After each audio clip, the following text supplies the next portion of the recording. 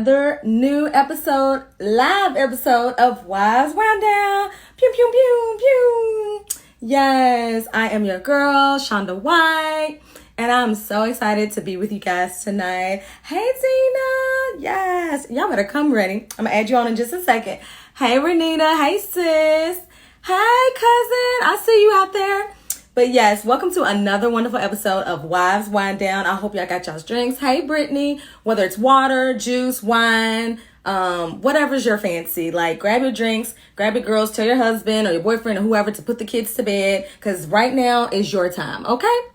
Welcome to Wives Wind Down. I am your host, Shonda White, and I'm so excited to be here. To my day ones, I appreciate y'all so much. To those who it may be your first time, welcome. This is a safe, fun place. We kiki, we have fun, but we also talk about things that empower us as well, especially as women. Hey, Lexi, I see y'all. I started this outlet almost a year ago. We're almost at the 1 year anniversary, y'all. Can y'all believe it? Like, shout out to y'all. Shout out to all my guests. Shout out to all my 10,000 followers now. I appreciate y'all so much. But I started this because I remember when I first got married, I was kind of intimidated a little bit by like marriage and like what it means to be a wife. And, you know, we talk a lot about how to get a man and all this stuff. But I was like, but what do you do when you get married? And sometimes we would have like, you know, little heated fellowships, as my girl Renita likes to say. And, you know, sometimes you would feel like, oh my gosh, like, is my marriage over? Like, what's going on? Like, what's wrong with me? And I realized that once I started talking to other women and other married couples, it was like, oh no, like that's just part of growing pains and it happens sometimes. It's okay. Like you'll grow through it and you'll get through it. And I was really empowered by those conversations. And I was like, well, where are we talking about this? Like, why aren't we talking about marriage more and what it takes to not just get married, but to stay married? And so I created this outlet so that we could pull back the curtains on marriage and keep it real about life and love, dating. You know, tonight we're going to talk a little bit about going from single life to the married life, which I'm so excited about.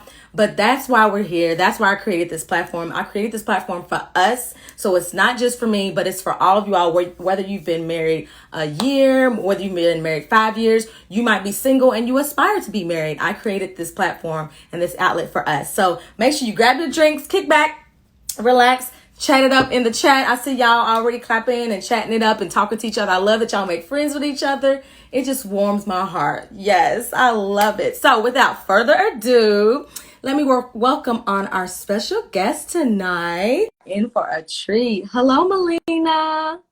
Hey, I'm gonna make them tacos. Okay, I love it. I love it. I love a good handle. Hey!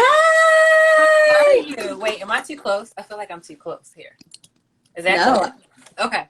I didn't think you were at all. Okay, good. How are you? I'm so happy to be here. Yes, we're so glad to have you. Welcome to the Wives Wind Down family. So I have to admit that I have water today.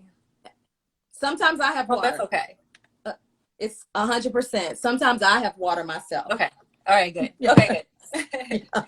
I'm so excited. Before we get into it, I want to formally introduce you to the people, just in case, because y'all might not know her, but Google her and you'll find out real quick. Okay.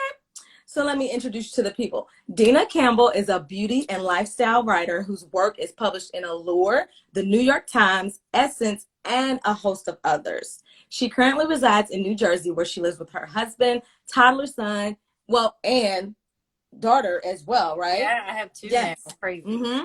And actually, my son is like 5, so I guess he's out of that toddler phase. Yes, right. He's like, he's almost a teenager. And far too many tropical fish. So y'all make sure y'all clap it up in the chat and give it up for Deena. Yay! Thank you guys for joining. Yeah, so fun. Pew, pew, pew, pew, pew, pew. So how have you been? You have a little boy and you have a little girl. How has quarantine been for you? Oh my gosh. Crazy. But I mean, it was like absolutely insane at first because we were like, how are we going to work? And we have kids. Like, this is crazy. But now, thankfully, like things are like opening up and like they're back at school and daycare and like our lives are back to normal for the most part. But at first it was insane. I was like, this is not sustainable. Like, either we're going to drown or like someone's going to we're going to kill somebody in this house. Like, this is insane. But, you know, we managed. thankfully. Listen, I'm so happy for the parents. I don't have any children yet, but my hats just go off to all of the parents, mothers, fathers, everything in between, because like you said, it just sounded crazy and I can only imagine, but I'm so glad that it's starting to feel like a new normal in a sense. Yeah, it is. I mean, it's been a long time coming, but it is, people are outside now, so. Yay! Now, speaking of the quarantine, one day I saw that you wrote, which I thought was so lovely. You said, these 4 years of marriage have been amazing, but I would argue that we're living through our best days, even in the midst of a global pandemic, because we're forced to trust God and find different ways to serve each other, which I love. I love talking about like serving each other. I feel like a lot of times there's a conversation of submission and what does submission means, and sometimes it's like a trigger word. I'm like, can we just talk about serving each other, because that's what marriage really is about. It's true. So so we actually hit our 5-year anniversary, which is awesome for us, in April. But yes, to your point about serving, it's like people don't want to like serve for whatever reason. Serve can be like a bad word, but it's really not, because I mean, we are Christians and we are striving to be Christian-like, at least in our marriage. And so with that, like, we have to kind of put our spouse first, the way God has, like put others in front of him. So like in my mind, I'm always thinking like, all right, how can I be more selfless, right? How can I put his needs in front of mine so that way he's happy, and then ultimately I become happy because he is being served. And I know like that kind of like goes against what the traditional, theories of marriage may be, especially outside of like a Christian marriage. But like, that's been working for us. And I know that like, within a Christian construct, like that's kind of how it goes. So I can only speak what works for me. Like, I'm not like a marriage expert by any means, but right. None of us are. But it works. Yeah. And it's also about like loving your spouse the way they want to be loved, which I feel like people always love the way they want to love, but like that's not how love works, right? So it's like really tapping into like, okay, well, like the 5 love languages, right? Like that's like a standard one, but it's like, what am I doing to make sure that you feel loved in this, I love that. Especially, I can admit I was guilty of that sometimes, like wanting to love my husband the way I wanted to be loved, and also expecting that, like, I'm like, well, you're supposed to, you know what I mean? And so it took some time to like understand that's not his love language, Shonda. Like, he's not going to like give that. And I'm like, okay, yeah, you're right. I'm gonna have to like pivot a little bit. Right. And plus also like bonus, I feel like you get more out of him when you serve him, when you love him the way he wants to be loved, right? 100%. Somebody said, hey, Brittany, she said, it's hard sometimes, but God. Yes, it is. And you said something also that I love, that is really kind of the theme of all of this, and Wise Wine Now, in terms of like, you do what works for you all. So like you said, none of us are marriage experts. We're like learning this thing as we go. We learn so much every day. It doesn't matter how many books you read, but you and your husband are doing what works for you. And I just love that. Yeah, I mean, we try. And like she said, it's like really, really hard. And I feel like sometimes we have disagreements and we're like, look, I don't know what we're going to do about this. So like we find that like, when we can pray about it together, and then miraculously over time things just kind of resolve itself. It's crazy. So prayer changes things, as the old folks used to say. So when going back to kind of to the beginning, you both knew each other in college, but like never really dated. But then you started dating, and 8 months later you two were married. So like, did you get a lot of pushback, in terms of like married? I mean, not just like engaged, but like y'all went through everything. Date, engaged. I don't even know if there was an engagement, but then married 8 months and then boom. So like, how was that for you, especially navigating like other people's, how they project their fear and, cautions onto you? How is Yeah, I that? mean, I feel like people always kind of project their fears, like you said, and like their desires for you in your life. But it's like, no, like that's not what I want for me, you know? So I was very clear about what I wanted. And it helped that like I knew him in college, even though we didn't date. I knew him and we had so many mutual friends. So I feel like in some sense it was kind of, like expedited a bit because we knew each other, right? So, but I also like, again, tried to like ignore all the naysayers. Not that there were many, but, and just really focused on like my goals and what I wanted to do and what I wanted out of my marriage. But yes, it was very, very fast. But it was good. I also feel like when you know, right? So, I didn't have any doubts about it. I was scared, but I think most people are kind of scared in the beginning because marriage is like a huge, huge deal. Um, but I feel like my scaredness or worriedness was not out of the norm, like it wasn't, exacerbated because of the expedited engagement. I totally can understand that, because I remember the day of the wedding, I was nervous, but like you said, it was kind of like the normal jitters. Right, And I right. wasn't even nervous about like marrying him. I was like, I knew it was it, but you just, like you said, marriage is like, oh, okay, we're doing You're like, it. oh, this is like final. Like this is like I remember like maybe within like the first year, because I do think the first year is like the hardest. But but I remember like we got into an argument and I remember thinking to myself, like, man, if this were any other relationship that I was with, like I'd be out. Like I was that girl that was like, look, he has this wrong, this wrong, this wrong, I'm out.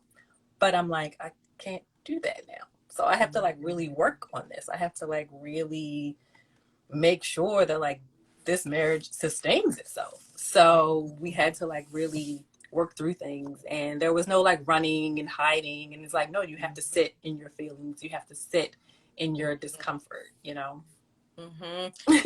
Especially during the panoramic, like Oh, you I couldn't know. go nowhere.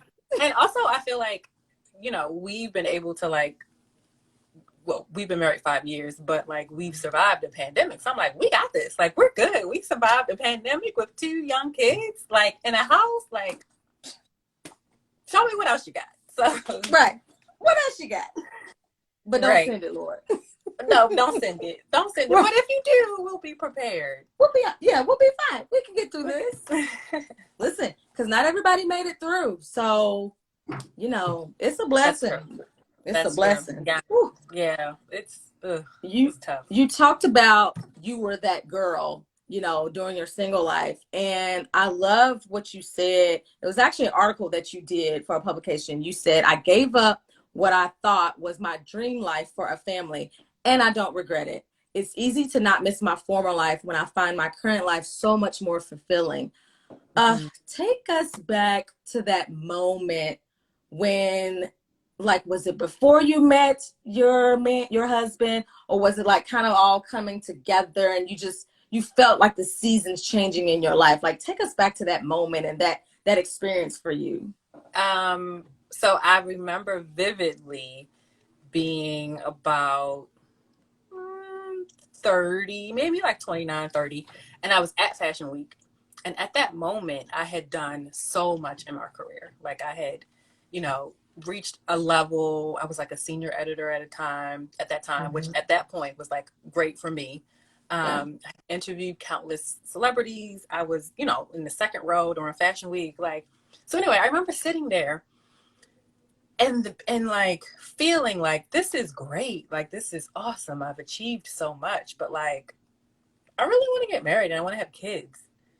And I remember thinking like, I would give up everything that I've done up until this point to do that, like to have kids. Like I'm willing to give it all away because I want kids. So I feel like when I had that moment, things just kind of like fell into place. It was like, all right, I had kind of freed myself from like any kind of feelings or like scaredness that I may have had before. But then I'd freed myself and I was like, all right, if this is the peak of my career, Mm, That's good. But I want to work on, you know, another aspect of my life, and that mm, being husband and kids. mm. It's almost like kind of almost sounds like manifestation, and it's like you opened yourself up to that for it to come Mm-hmm. in as well, Yeah. because sometimes, we can get so caught up that like we're not even, and sometimes we do it unknowingly where we don't even know that we're closed off because we're so Mm-hmm. focused on something else. Where, which is Mm-hmm. not the case for everyone, but in your situation, it was like you were focused on this, and then you decided, okay, let me Yeah. shift, and then everything started to come It's together. true. And like I remember my mom, because I was always like going to like parties and like events and just kind of Mhm. always on the go. And my mom was like, well, how are you going to get a husband and you're always on, out and about? Like, you need to settle down and just quiet down and be still. He can't catch you if you're always running. And I'm like, that's a crazy like thought. But like when I think about it, I'm like, well, I guess. Like, I don't know. But at the time, my husband did not live in New York. Hmm. So he didn't really have to catch me. You know what I mean? Because even though I was like out and about, he was in different states, so it didn't even really matter. But Hmm. yeah, but I do remember that Fashion Week moment. Um, and then, oddly enough, I remember going to Fashion Week again as a married woman years later and feeling like, oh wow, like I officially like have it all. Like I've hit I've one of my like bucket list things. Hmm. I love that. And because I know we have a lot of women who are mothers, and, sometimes I Mm-hmm. think it's hard to find the balance or to feel like, oh, you maybe missed out, but you didn't feel like that. And I think that, with seasons and the ebbs and flows of life, like sometimes your dreams change too. That's so Like true. Yep. what you might Yep. have dreamt and wanted in your teens and 20s, you grow up and then be like, you know what? I don't think I want that for my life, Yeah. Yeah. So, Yeah, it's true. Like, and your priorities shift. oh, Like as you 100%. age, you're like, okay, like now I'm like, I can't even stay up past 11:30. I'm like, oh, I need to lay down. Like I'm tired. But whereas years ago, I would have been like, okay, where's the next party? Or like, all right, what are we doing after this? What's the after party Yes. from to the after party? So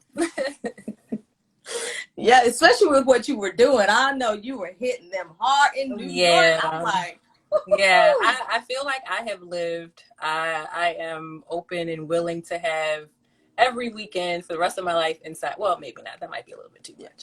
yeah. But I feel like I've had a very good, fulfilling 20s in New York. And Hmm. so it prepared me for a family and a husband. And like I'm okay with like settling down. Hmm. I love Because that. I've done so much and I've traveled a lot too. Like I've been so many different Mhm. places. And I think that was also another experience that allowed me to kind of say, all right, I can kind of like settle down a bit too. So, Hmm. Yeah, I still love New York. I've missed it during this quarantine. And I used to think early on, I'm like, yes, I want to live in New York. I love New York. Ended up in Atlanta, which I always wanted to live in Atlanta. It was like Atlanta's Atlanta, New great. York, and Cali. Atlanta's great. But now I'm like, oh, I gotta like walk in the rain and like do a lot of walking. Yeah, I needed to start in New York in my 20s if I was gonna like. Yeah. Well, you can always come back. I mean, I'm in New Jersey now. I'm really close, but New York is always there. Yes, listen, Not I'll going be there anywhere. soon enough to visit again. um, I read something that you wrote one day, and we kind of touched on this a little bit earlier, but you said marriage is hard, y'all, like super duper hard. And I thought about a recent episode of Black Love where one of the couples, she kind of alluded to that as well, and she was like, yeah, it's hard work. She's like, but it's more of like the effort that goes into it, which I was like, that's a good word. Even though I still like it still takes work, like Yeah. work, effort, they're like one and the same. But like, what would you say are some of the things, or something like, especially I know you talked about the first year, what do you think makes marriage so difficult at times? Yeah, that's such a good question. Because you hear it, but you Mm-hmm. never really know until you like experience it. Mm-hmm. But as you know, like it's like two different people with two different backgrounds coming together, like as one, living together, It. working together, and living life together. Mm-hmm. And if you add kids to that, that's like a whole nother thing. So when I said it was hard, it was like allowing myself to be selfless, right? So those old ways that Deena did, you know, for like 30 years, it's kind of like, no, I can't do that. I'll give you an example. Like I mean, my roommate and I would always like, my roommate in New York would always like share, like, hey, we're going here, or like just for like a safety thing. And at some point we stopped doing that because it was like, all right, I'm doing this, you're doing that. But then it's like when I got married, it was like I had to like report in, so to speak. You know what I mean? Like he needs to know where I am, and vice versa. You know, it's just out of like a respect thing, you know. And so that is also kind of something that we kind of had to like work through a bit. But and just even something simple as like sleep schedules. Like I'm an early riser. He will sleep all day if he could, you know? So it's like adjusting to like your sleep habits, you know? Like he snores, I don't. So it's like, how am I supposed to get my sleep? And he's snoring now. So it's like little things like that you don't really think about. And so you don't really live it until you're in it. But adjusting to that can be hard.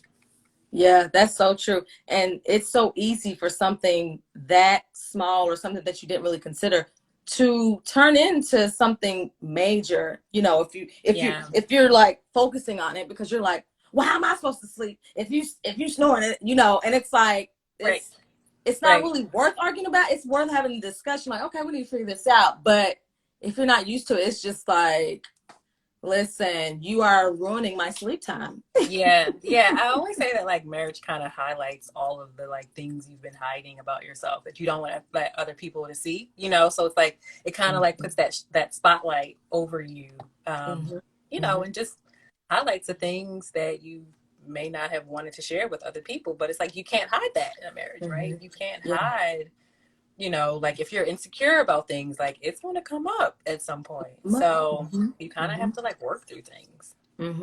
How have you, or what do you think has been the most helpful for you guys in terms of getting through those difficult seasons and difficult moments?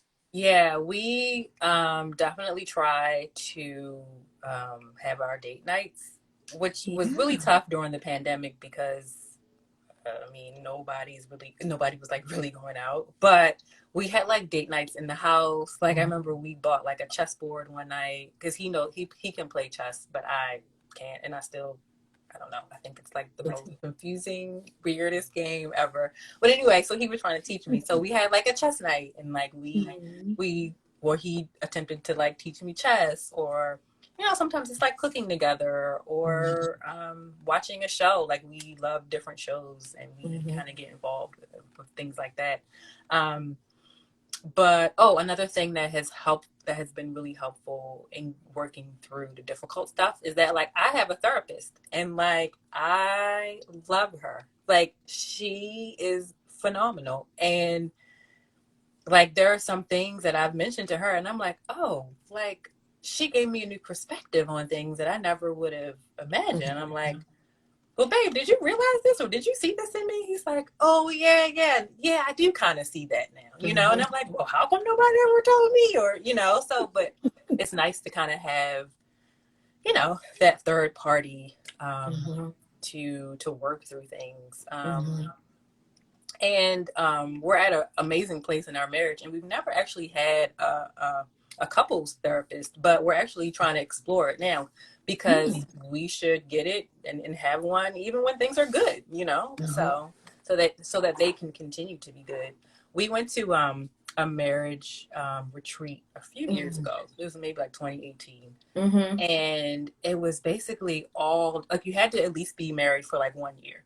But there are people there who had been married for like 30 years, 40 years. And at the time, we had only been married for like 2 years. So we were like, all right, we're going to go. We're going to like learn everything there is to know about marriage. So we went, and I was just fascinated that there were people there who had been married for 30 years. And I remember asking them, like, why are you guys here? Like, you've been married for so long. Like, why are you here? And they were like, look, just because we've been married for 30 years does not mean we're going to stay married for 30 years. So it's a constant like work through, right? Like I'm still, like he was saying, I'm still learning things about my wife. And we've been married for 32 years. And my mind was blown. I'm like, wait. So like after 32 years, you're still learning new stuff? Like what? How? Wow. How? Yeah. But it's true. Like, and then also like you always evolve and change as you grow and learn and get older. And it's kind of like your spouse has to like relearn you, like get to know the new you. So yeah. It's like you said earlier, Renita, she put in the chat, she said, so that they can continue to be good. And that's what it's all about. Like you said, we're constantly evolving as women, as men, and your marriage evolves. So it's kind of like maintenance for your marriage, you know? And I love that you mentioned that we've had plenty of therapists on the show and plenty of people who go to therapists. So I love that we're normalizing Black girls going to therapy. It just warms my heart. Yeah. It's so important, like you said. So, I'm so happy that we're doing it. I remember when I mentioned to my mom that I was going to get one. She goes, well, why do you need one? You have a mother. And I'm like, no, that's exactly why I need one. Because not that she gave me a horrible childhood, but it's like I want to rework some of the things that I've learned or just I've kind of envisioned for my life as a child. So, you know. Listen, you were so right when you said it reveals things about you, because, you know, there were even things that my husband would see or he would try to tell me. He's like, babe, you need to quit saying no. But I had to like get to the core of like why that was a struggle. And I had to like really figure out, which it came out. So it was like, you know, like you said, having that extra person and, you know, someone who's trained in it, they know the questions to ask and they know like how deep to go. So yes, to us normalizing. And it's great when you find out these answers for yourself, right? That's like the best part. Yeah, it's so enlightening. You're like, oh my God. It starts to make sense. And then you can like see it later and you know how to like manage it or, you know, deal with it or identify stop it. Before things get bad. I see you, sis. I see you. Yes.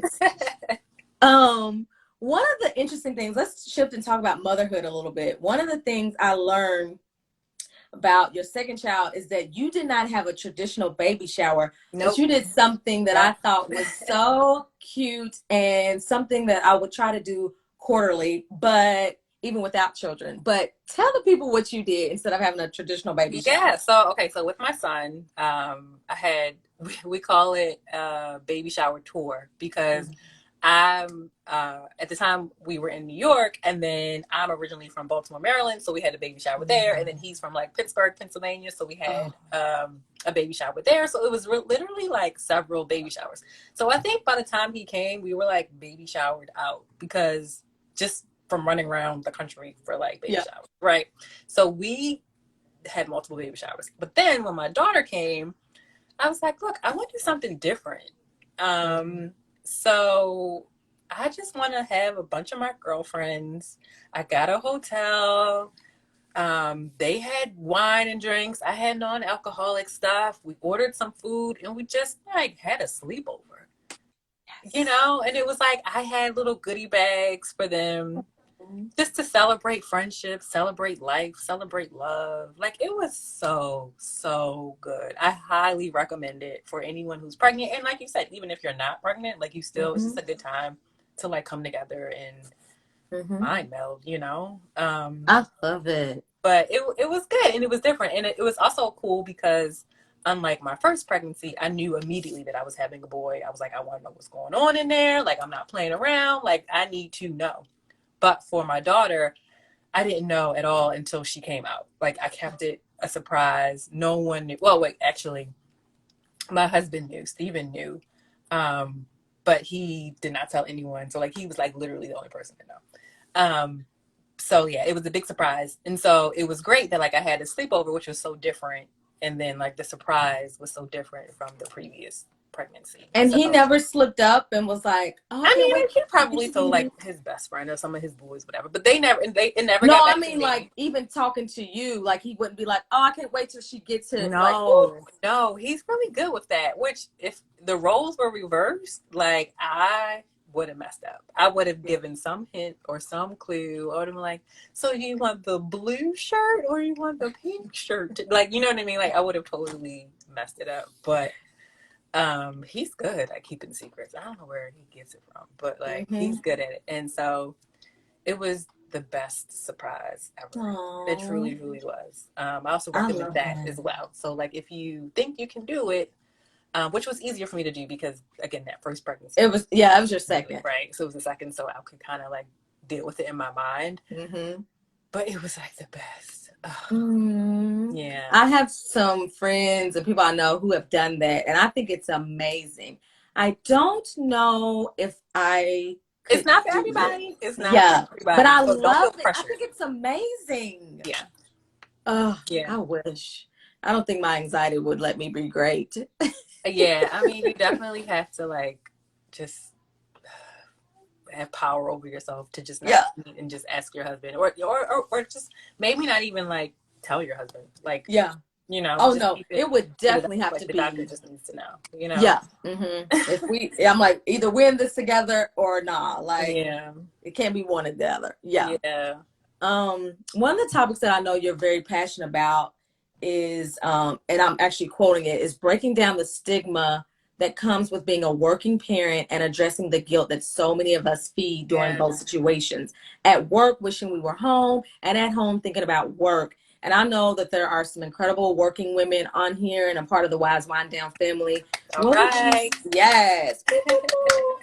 What would you say to kind of just encourage them as it relates to like balancing that, the balancing act of, that having that stigma and dealing with it and feeling that pressure and that guilt, especially what we call it today, mom guilt, I think they call it. Yeah, that mom guilt is so real, especially when you're like a new mom, because you just feel like you need to live up to all of the standards that society puts on moms.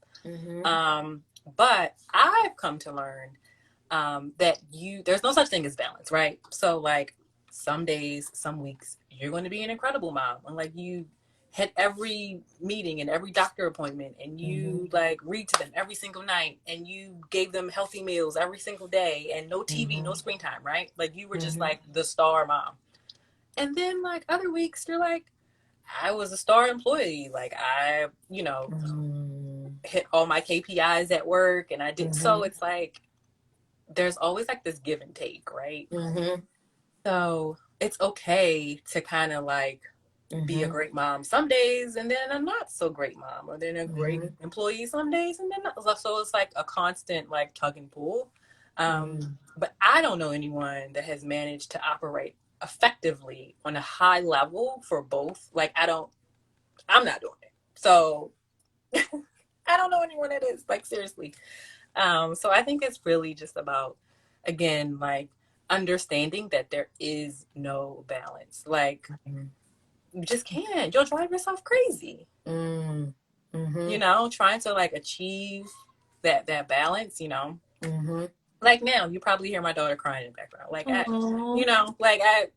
I gotta do something else. So I can't tend to her right now. I mean, my husband's got her, but it's like, it's just, it is what it is. Yeah, that's good. I like when people talk about, I think we've all kind of learned this over the last year, like you got to give yourself grace. So like for those weeks where the kid, as long as the kid was fed, he's still alive. I mean, you just got to celebrate the small and the big wins. Yeah. It's like, like I said, like everybody's healthy, everybody's happy. You're winning, You're winning. If you're still here during this post-panoramic, then you definitely winning.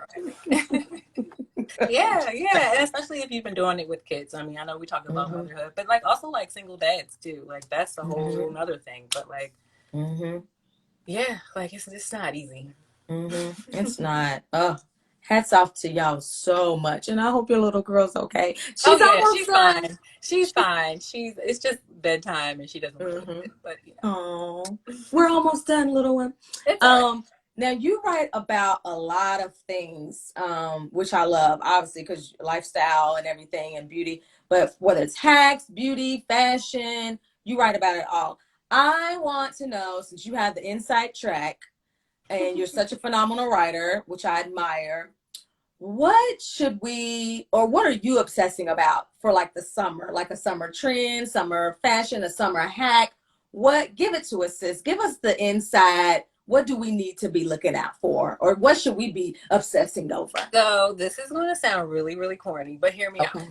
Hear me out. Hear me out. So since we've been in the pandemic, I've been kind of redefining my world in a local way, you know, so like we can't travel as much, at least we couldn't at the time. And so I've really grown an interest in Facebook groups. And I know that sounds crazy, right? It's like, all right, Facebook group, like what's the big deal? But like there's this group with my town. I'm in New Jersey. And it's called the Buy Nothing group. And like you literally just off-put stuff you don't want in your house. And you give it to local people for free. So people in the group, and this is not just my town thing, like this is a national Buy Nothing group, Facebook group. So like for instance, we discovered that we had old iron. So it was basically like iron that I had from when I was single, an iron that my husband had when he was single, and we just had it like laying around the basement, right? So I was like, all right, I'm gonna post this on the Facebook group. And so I was like, hey, I'm ready to give this. And like all these women were like, I'll take it. I lost mine on the pandemic, or mine doesn't work. And so it's like, then I'm like, I set up a time for them to come by and they like pick it up. And I just put it on the porch and they like pick it up.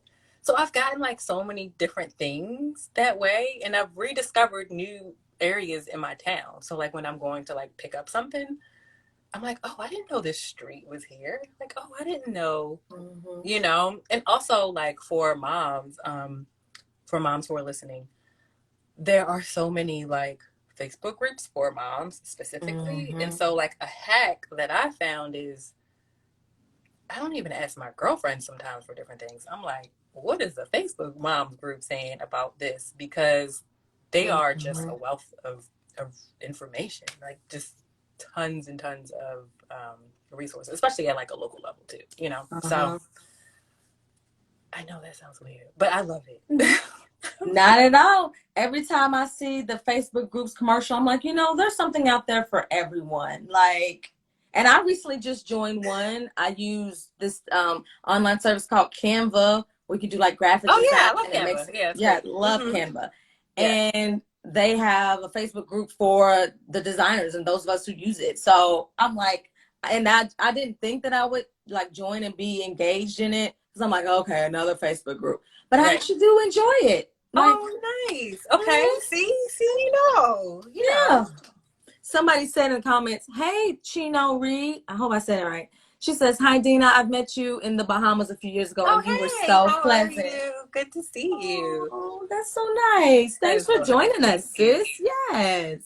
So y'all got it. So the Facebook groups, Buy Nothing, the mom groups. Now, I have heard about the mom groups, and I mean, I've heard good and bad. I just know they can be very intense and serious. They can be intense. I think like the national ones can be intense. Okay. But if you like drill it down to more local levels, okay, that's where you really get to tap into like resources, because these people know about like local stuff that you can tap into versus like all of the judgment and the mom shaming from like some of the broader national mom groups, you know?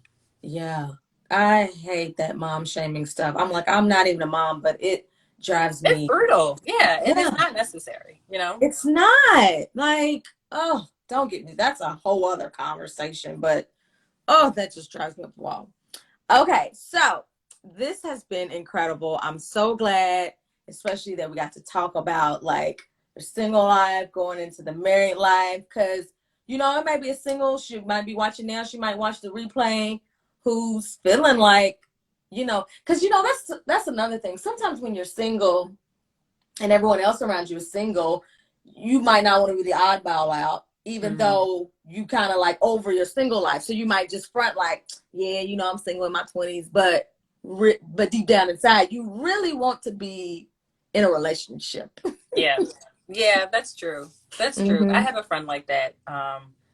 And she's always like, "Oh, I'm happy single. Like, I don't need a man." But then she's always commenting on like marriage stuff or like weighing in on things. And I'm like, but why are you invested in this conversation? Or, you know what I mean? And you don't want a man. So, yes. But I think that just speaks to like her insecurity. You know? we see things, and marriage isn't for everybody, so to each his own. That's But true.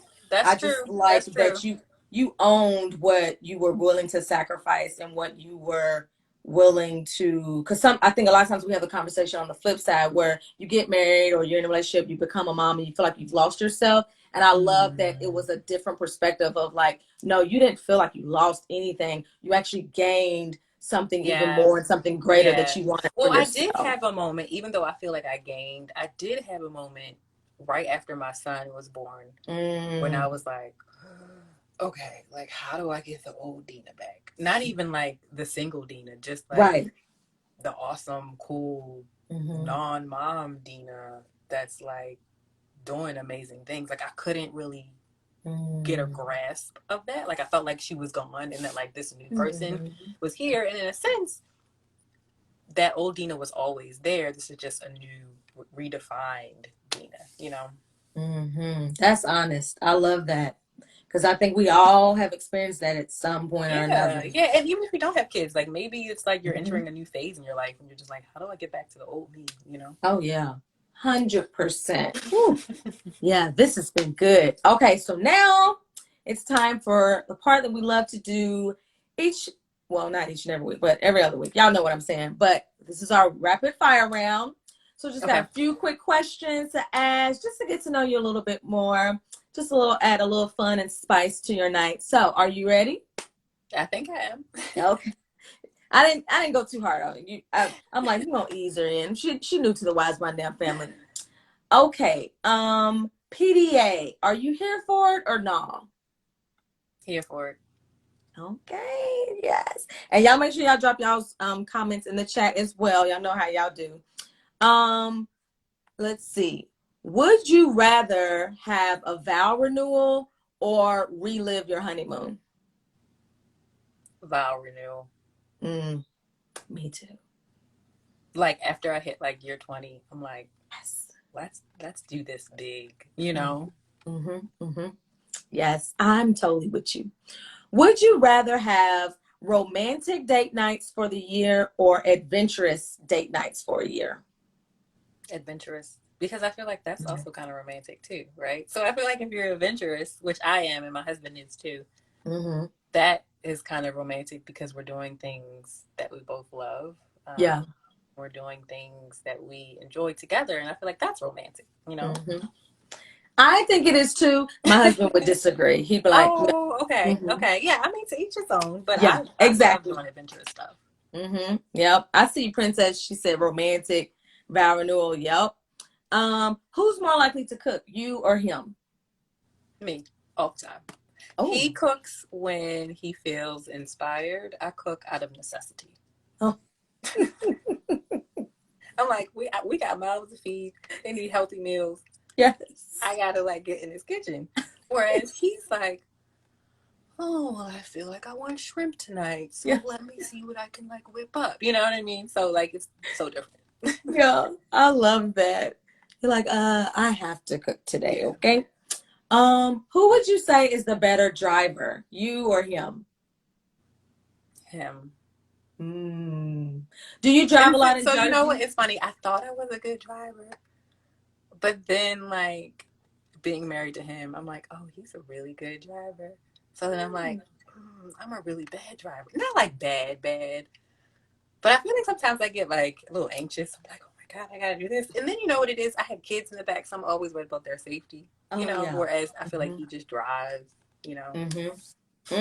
Ooh, I got to get that together before I can relate to that, having anxiety in the car. Like that, yeah. And then I see accidents on the road sometimes, and they like stick with me. You know, I'm like, oh man, I saw that man on the side of the road. Like I can't get that scene out of my head. So like it's a whole nother thing. But yeah. Yeah, you like empathize. Which is or was harder? Writing your vows or penning pieces for publications? Or penning pieces for Yeah, publication? like writing. Yeah. Um,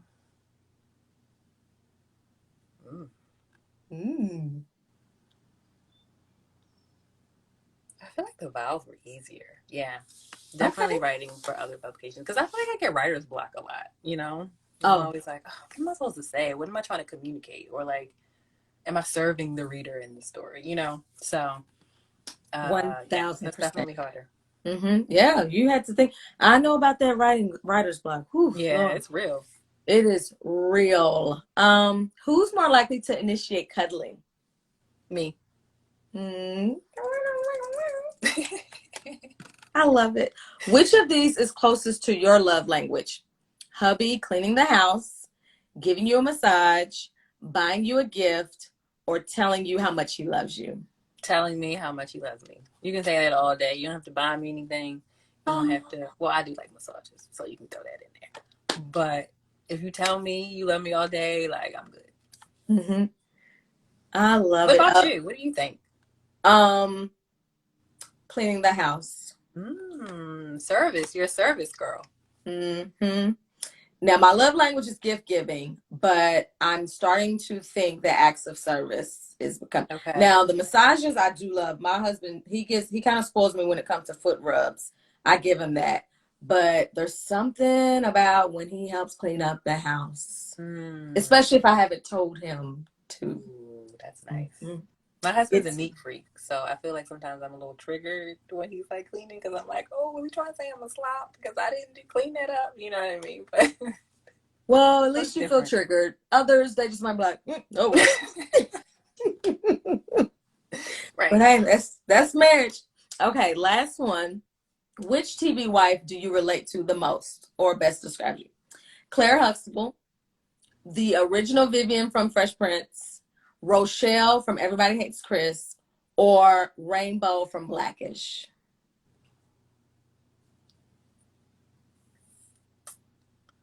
I feel like Rainbow from Blackish. Okay. I feel like people from the outside think that I'm like Claire, but when you get to know me, I think I'm more like Rainbow.